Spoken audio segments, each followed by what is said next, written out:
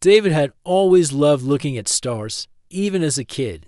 He would sneak out of his bedroom window just to lie on the roof and stare up at the night sky. Back then, the stars felt like friends waiting to tell him their secrets. But now, at 34 years old, they were his only companions left. Life had not been kind to David recently. 3 months ago, his wife packed her bags and left without much explanation. She said he was too distant, too lost in his own world. Maybe she was right. 2 weeks after that, the local observatory where he worked for 8 years had to close.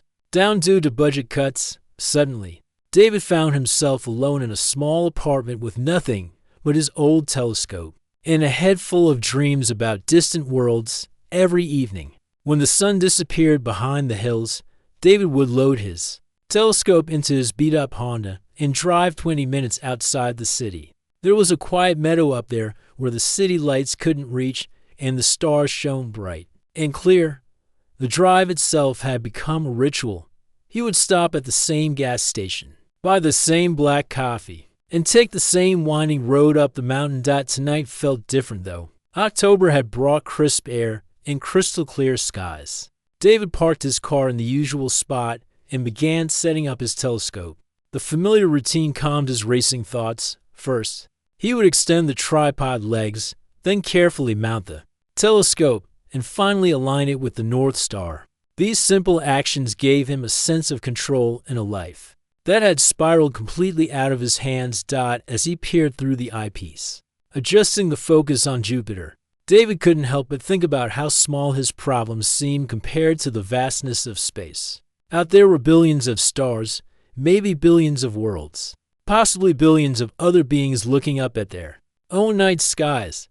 The thought should have made him feel insignificant, but instead, it made him feel connected to something larger than his lonely apartment and empty refrigerator. David had been observing for about an hour when something unusual caught his attention. In the constellation Lyra, there was a light that didn't belong.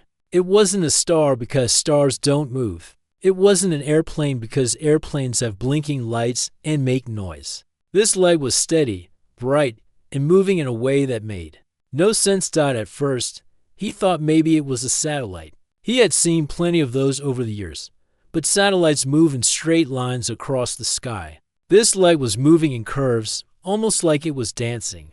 David rubbed his eyes and looked again. The light was still there, still moving in that strange, deliberate pattern. His heart started beating faster. In all his years of watching the sky, he had never seen anything like this. David grabbed his phone and tried to record what he was seeing, but the camera couldn't pick up the light clearly. He felt frustrated and excited at the same time. This was the kind of discovery that could change everything, but he had no way to prove it. The light suddenly stopped moving and seemed to hover in one spot. David quickly swung his telescope toward it and adjusted the focus. What he saw through the lens made his hands shake. The light wasn't a single point anymore. It was clearly some kind of craft, metallic and smooth, with a gentle glow around its edges. It was unlike anything he had ever seen in books or movies about space. Then, without any warning, the craft began descending, not falling, but moving down in a controlled way, getting larger and brighter as it approached. David's scientific mind told him this was impossible, but his eyes told him it was really happening. The craft was coming down into the very meadow where he stood. David had always wondered what he would do if he ever encountered something unexplainable. He thought he might run or hide or call someone for help, but in that moment, he found himself frozen in place, unable to move or look away. The craft was beautiful in a way that made his chest feel tight with wonder. As the craft touched down silently about 50 feet away from him, David noticed that the grass around it began to glow with the same soft light. There was no heat, no sound, no wind from engines, just peace and an odd sense of rightness, as if this meeting had been planned long ago. A section of the craft's smooth surface dissolved away, and a figure stepped out. David's breath caught in his throat. The being was tall and graceful, definitely humanoid, but clearly not human. Her skin seemed to capture and reflect the starlight above, giving her an otherworldly glow. She moved with a fluid elegance that reminded David of dancers he had seen in old movies. When she spoke, her voice was unlike anything David had ever heard. It was musical and warm, like wind chimes mixed with a gentle stream, but somehow, impossibly, she was speaking perfect English. "You have been watching us for weeks," she said, her glowing eyes meeting his. "We have been watching you too." David's logical mind tried to process what was happening, but words wouldn't come. All those lonely nights, all those hours spent staring at the sky, had led to this moment. He wasn't alone in the universe after all, and somehow, miraculously, he wasn't alone in this meadow either. The being took a step closer, and David could see kindness in her luminous features. She didn't seem threatening or dangerous. If anything, she seemed genuinely curious about him, the way he had always been curious about the stars. "Do not be afraid," she said softly. "I am here because your loneliness calls out like a beacon across space. We recognize that frequency. We understand that feeling." David stood frozen as the glowing figure approached him slowly. His heart was pounding so hard he was sure she could hear it. Every instinct told him to run, but his feet felt glued to the ground. The being stopped about 10 feet away and smiled. It was a gentle smile that somehow made David feel calmer. "My name is Zara," she said, her voice carrying that same musical quality. "I come from a star system you call Vega. We have been watching your world for many years, learning about your people." David finally found his voice, though it came out as barely a whisper. You can speak English?" Zara tilted her head slightly, and her luminous skin seemed to pulse with soft light. "We learn the languages of those we observe. But language is not just words, David. We also understand the language of emotions, of feelings that travel across space." "How do you know my name?" David asked, surprised by his own boldness. "We have been watching you come to this place every night for weeks. You sit alone with your telescope, searching the sky with such sadness in your heart. Your loneliness speaks louder than any radio signal your planet sends into space." David felt his cheeks burn with embarrassment.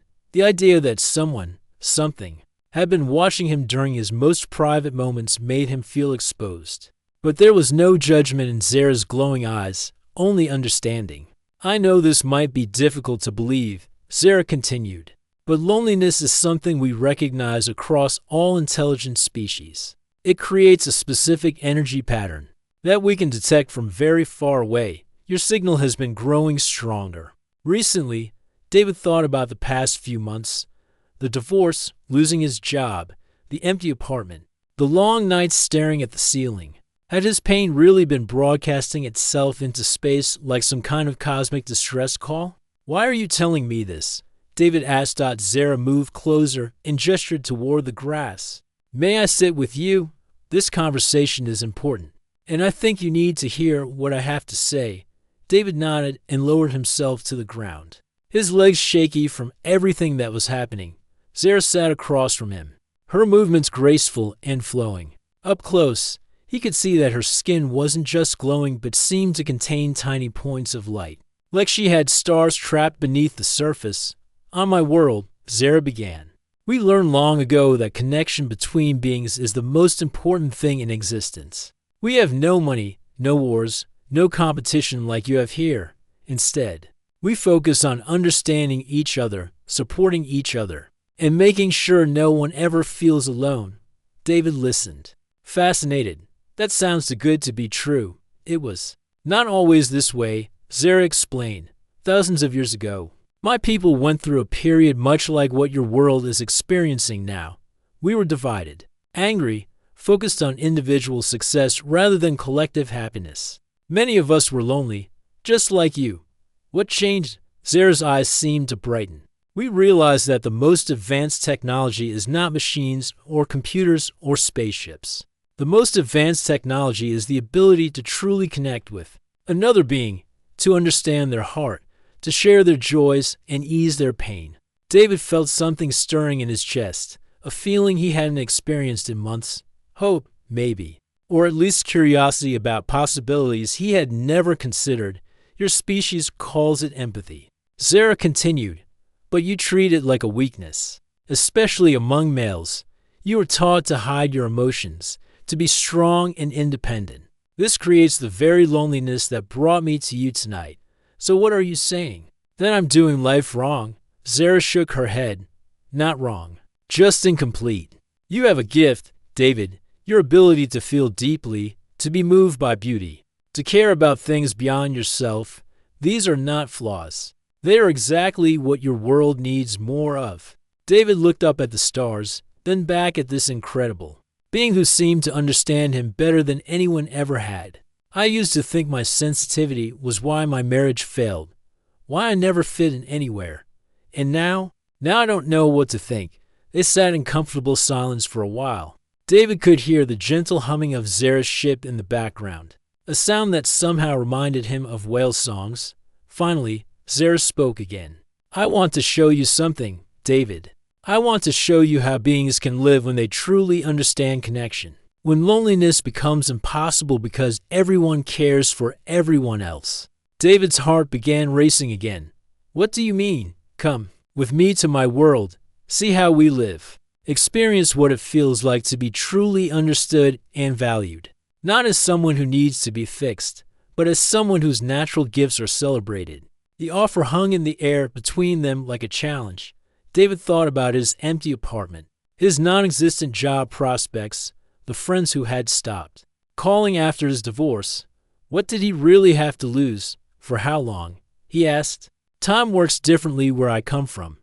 What feels like days to you would be only hours here. You could experience an entirely different way of living and return before sunrise. David looked at Zara's ship, then back at her glowing, kind face.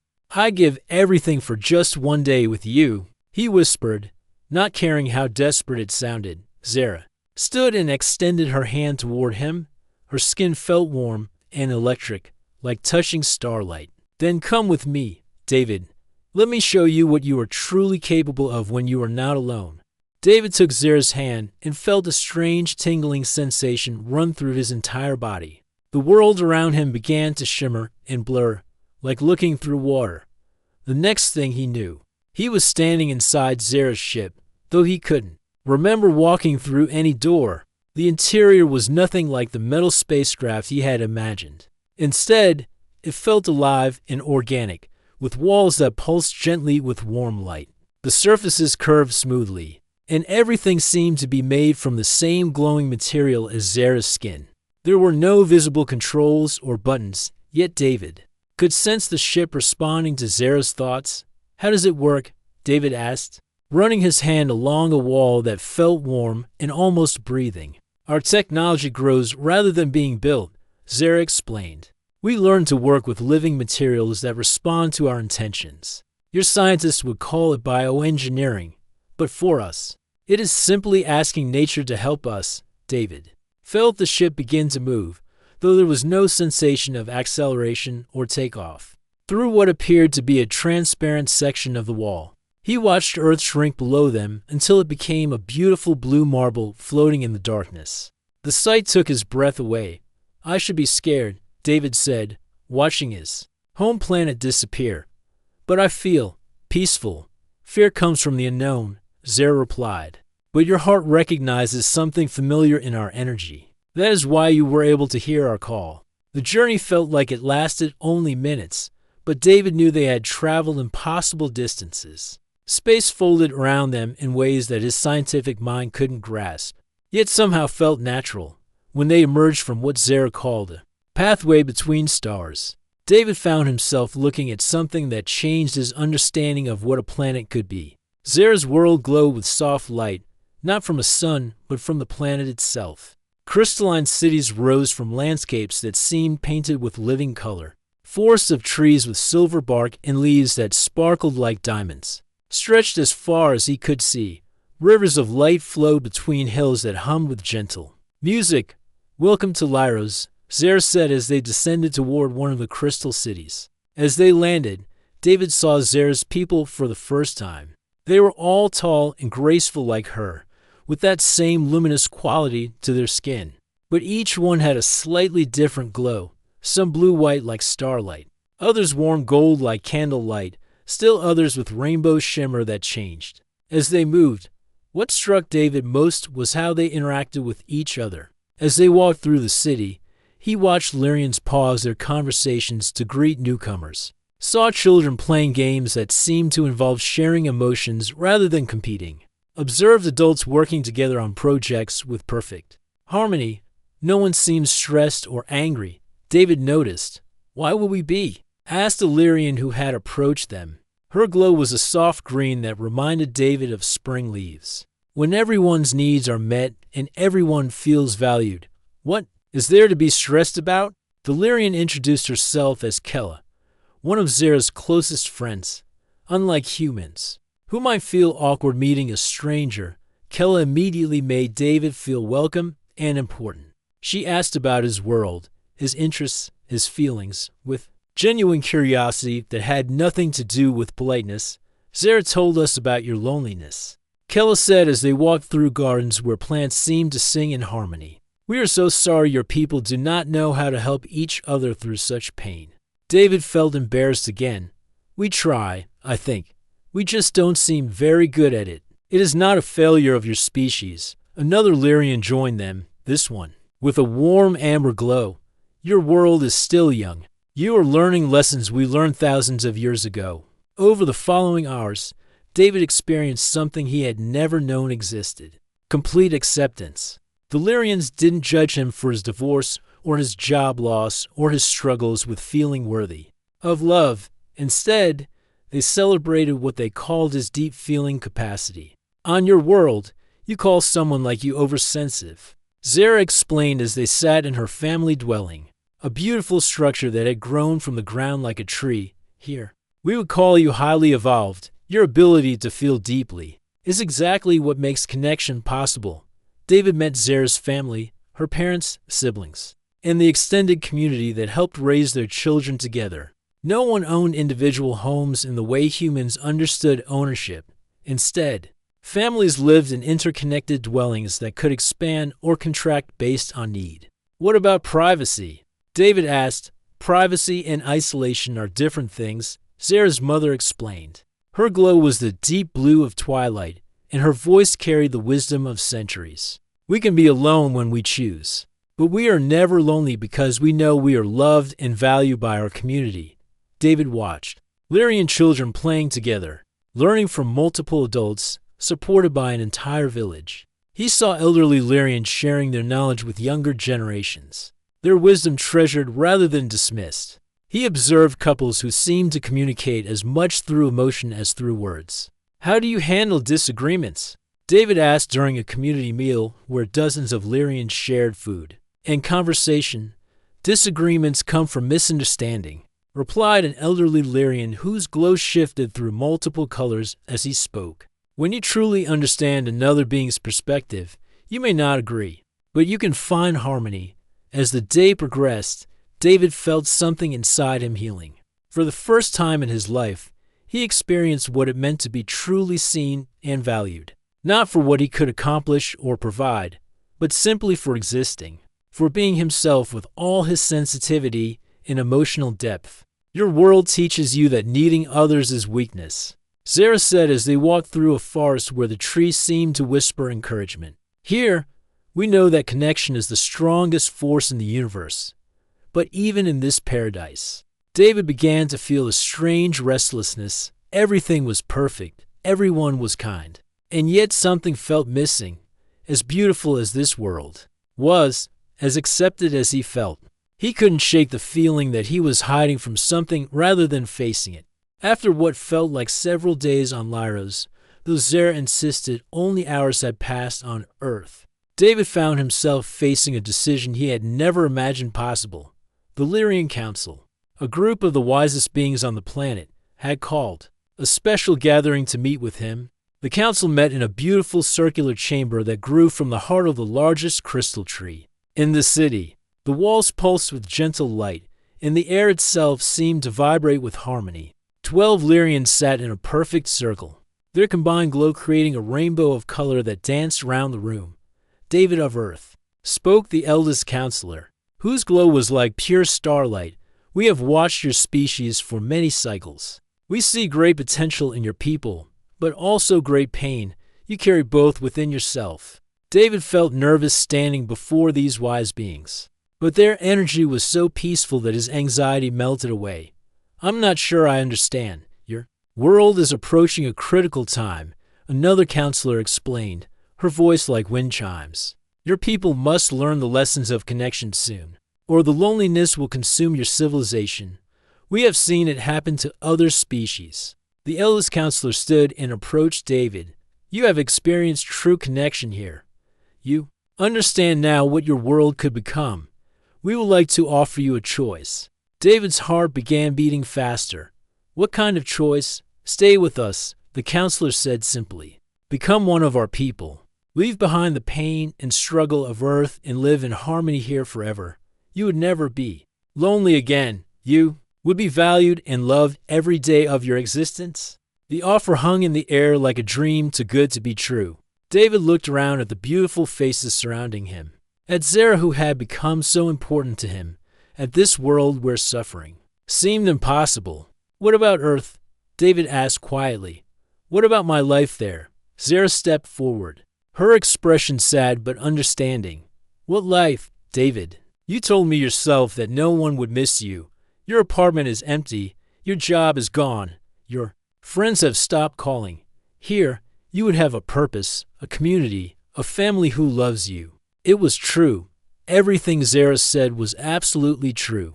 David had no job waiting for him, no relationships to repair, no one who would wonder where he had gone. He could disappear from Earth, and the only difference would be one less lonely person, staring at the stars. But as he stood there considering this incredible gift, something nagged at him. During his time on Lyros, he had felt more accepted and valued than ever before in his life. But he had also felt something else, a sense that he was running away from something important. Can I have some time to think? David asked. The council agreed, and Zara walked with him to a quiet garden where flowers sang lullabies and streams babbled in perfect harmony. They sat beside a pool that reflected not just their faces, but somehow their emotions, showing swirls of color that changed with their feelings. You are having doubts, Zara observed, watching the colors in the pool shift to show David's inner turmoil. I don't understand it myself. David admitted, this place is perfect. You and your people are perfect. I've never felt so accepted in my life. So why do I feel like something is missing? Zara was quiet for a long moment, her own reflection in the pool showing deep blue sadness. Perhaps because perfection is not the same as growth. What do you mean? When I first came to Earth to observe your people, I was curious about your suffering. We eliminated suffering from our world so long ago that we had forgotten what it teaches. But watching humans struggle and fail and try again, I began to understand something important. David looked at her, surprised by the sadness in her voice. What did you understand? Your pain is not just something to be avoided or cured. It is also what makes your species capable of incredible growth and compassion. When you overcome loneliness by learning to connect, it means more than if you had never been lonely at all. David stared into the pool, watching his reflection change colors as he processed this idea. So you're saying my loneliness was necessary? Not necessary, but valuable. The depths of your pain have given you the capacity for equally deep joy and love. If you stay here, you will be happy, but you will also stop growing, and your world will lose someone who truly understands both the problem and the potential solution. They sat in silence for a while, listening to the gentle sounds of this perfect world. Finally, David spoke. I think I understand now. My loneliness on Earth wasn't just about being alone. It was about not knowing how to connect, not believing I was worthy of love. But running away to paradise won't teach me those skills. Zara's glow brightened with what David had learned to recognize as pride. You are wiser than I expected. When I first found you in that meadow, and braver, I don't feel brave. I feel terrified. True. Bravery is not the absence of fear. It is choosing growth over comfort, even when comfort is exactly what you think you want. David looked around at the beautiful garden, at this world where he could live in perfect harmony forever. Then he thought about Earth, about all the other lonely people staring at the sky, searching for something they couldn't name. If I go back. David said slowly, "Will I see you again?" Zara's expression was both sad and hopeful. The universe has a way of bringing together souls that are meant to find each other. But first, you need to find yourself.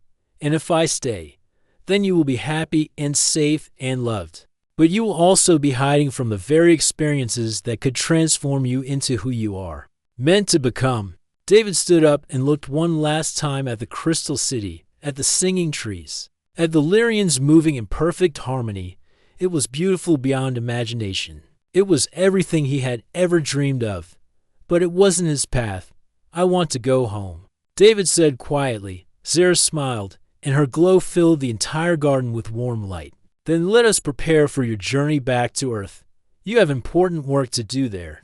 The journey back to Earth felt different than the trip to Lyros. David sat in Zara's ship watching the stars stream past. But this time he wasn't just a passenger escaping from his problems. He was someone returning home with purpose. "Are you ready for this?" Zara asked as Earth grew larger in their view.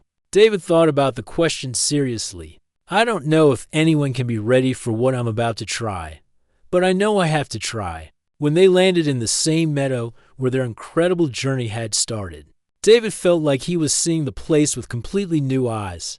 The grass looked greener, the stars seemed brighter, and even the cool night air felt alive with possibilities. "Remember," Zara said as they stood beside her ship one last time, "connection is not something you find. It is something you create, one genuine interaction at a time." David hugged this amazing being who had shown him so much about himself and the universe. "Thank you for everything. Thank you for seeing me when I couldn't see myself. Thank you for choosing growth over comfort," Zara replied. "Your world needs people like you more than you know." As their ship lifted silently into the night sky and disappeared among the stars, David stood alone in the meadow, but for the first time in months. Being alone didn't feel like being lonely. It felt like being ready. The next morning, David woke up in his apartment and almost convinced himself the whole experience had been an incredible dream.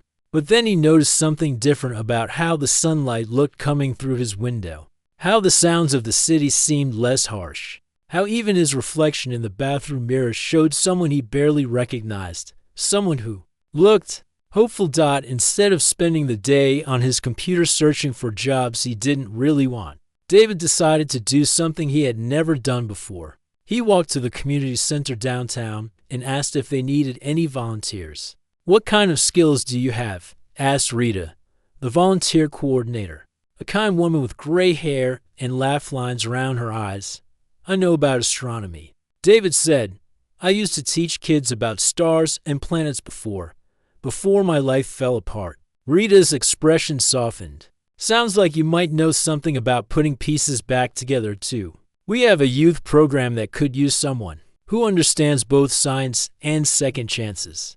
That afternoon, David found himself in a room full of teenagers who reminded him of his younger self, curious, but convinced they didn't fit anywhere.